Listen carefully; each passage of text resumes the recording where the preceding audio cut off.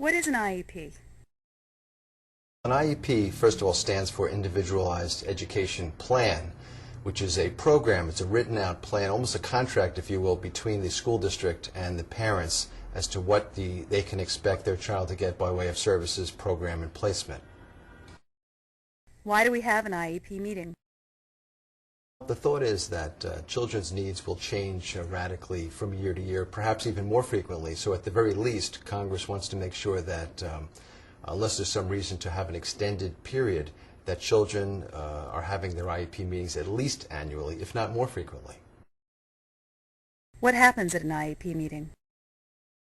At an IEP meeting, the parents will be meeting with the school district and the school district's representatives, perhaps therapists, perhaps teachers, to discuss, first of all, their child's individual needs, figure out what kinds of goals and objectives that their child should have to work on, and then develop a program and placement that would be the best and most appropriate setting for the child to get those goals and objectives worked on. What can parents expect at an IEP meeting? Parents can expect to go into a meeting where they'll be sitting at a table, and there may be quite a few people in attendance. Sometimes there's 2 or 3 people at an IEP meeting, and other times a parent would not be surprised to see 15 or 20 people sitting at the table. So it can be rather daunting for a parent coming to this kind of experience for the very first time. After that, the meeting should proceed to discussion of the child's individual needs, looking at evaluations to determine what's called present levels of performance. From that perspective, from that launching pad, then there can be a discussion about what should the committee do in terms of finding a program and placement to address those needs.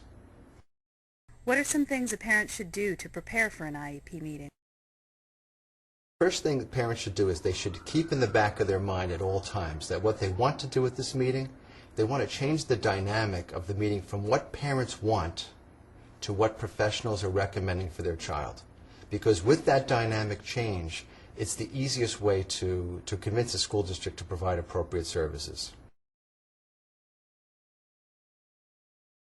A parent can do it one of several ways. The first and easiest way is for the parent, if they can afford it, to go out and get their own evaluations done by private professionals who in particular fields of expertise, whether it's a speech eval, whether it's an occupational therapy eval, a behavioral, a neuropsych. There's so many different types of evaluations that can be received. What you don't want to do is go to the meeting and then find out that there's all kinds of evaluations that could and should have been gotten that now we're going to take 2 or 3 months to get.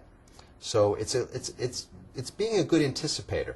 The other thing that a parent can do is, if they cannot afford to go out and get their own evaluations, and this is quite a few parents, go and get the evaluations done by the district, see if they're adequate, and if they're not adequate, ask the district to provide and pay for an independent evaluation, which in this case means an evaluation that the parents choose the evaluator. It's not an evaluation where the district chooses the evaluator, and these are supposed to be paid for by the school district.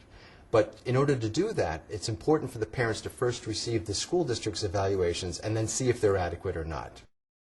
What are some things a parent should not do at an IEP meeting? No parent should come into an IEP meeting with a closed mind. Parents should be coming in with a feeling of genuine consideration for whatever might be on the table, understanding that the suggestions may be made that are completely unacceptable and unreasonable from the parent's perspective, but nevertheless they have to be considered. The school district should be doing the same thing. Parents should not, however, come in with a hostile attitude or an expectation that they're going to be victimized or that their services are going to be taken away. Bad things can happen in an IEP meeting, but if you expect them to happen, most likely they will. You want to come in with the open mind. You want to come in with a collaborative sense and a genuine good faith attitude. And most importantly, parents should always they should share their evaluations with school districts. It's always a mistake when parents, thinking that they're helping their child, withhold information or documents or evaluations about their child. Parents have lost cases at due process because of the failure to share information and documentation. What if the parent and the school district do not agree on what is best for the child? If parents and the school district do not agree on what is the appropriate placement and program for the child, parents have a number of options. First of all, it's important to disagree without becoming disagreeable. There's no need to get into a heated argument or any kind of major argument at the IEP meeting. That's not the appropriate forum for that. Parents should voice disagreement, parents should tell the district what their feelings are, and you can and should disagree if there's a problem with the IEP.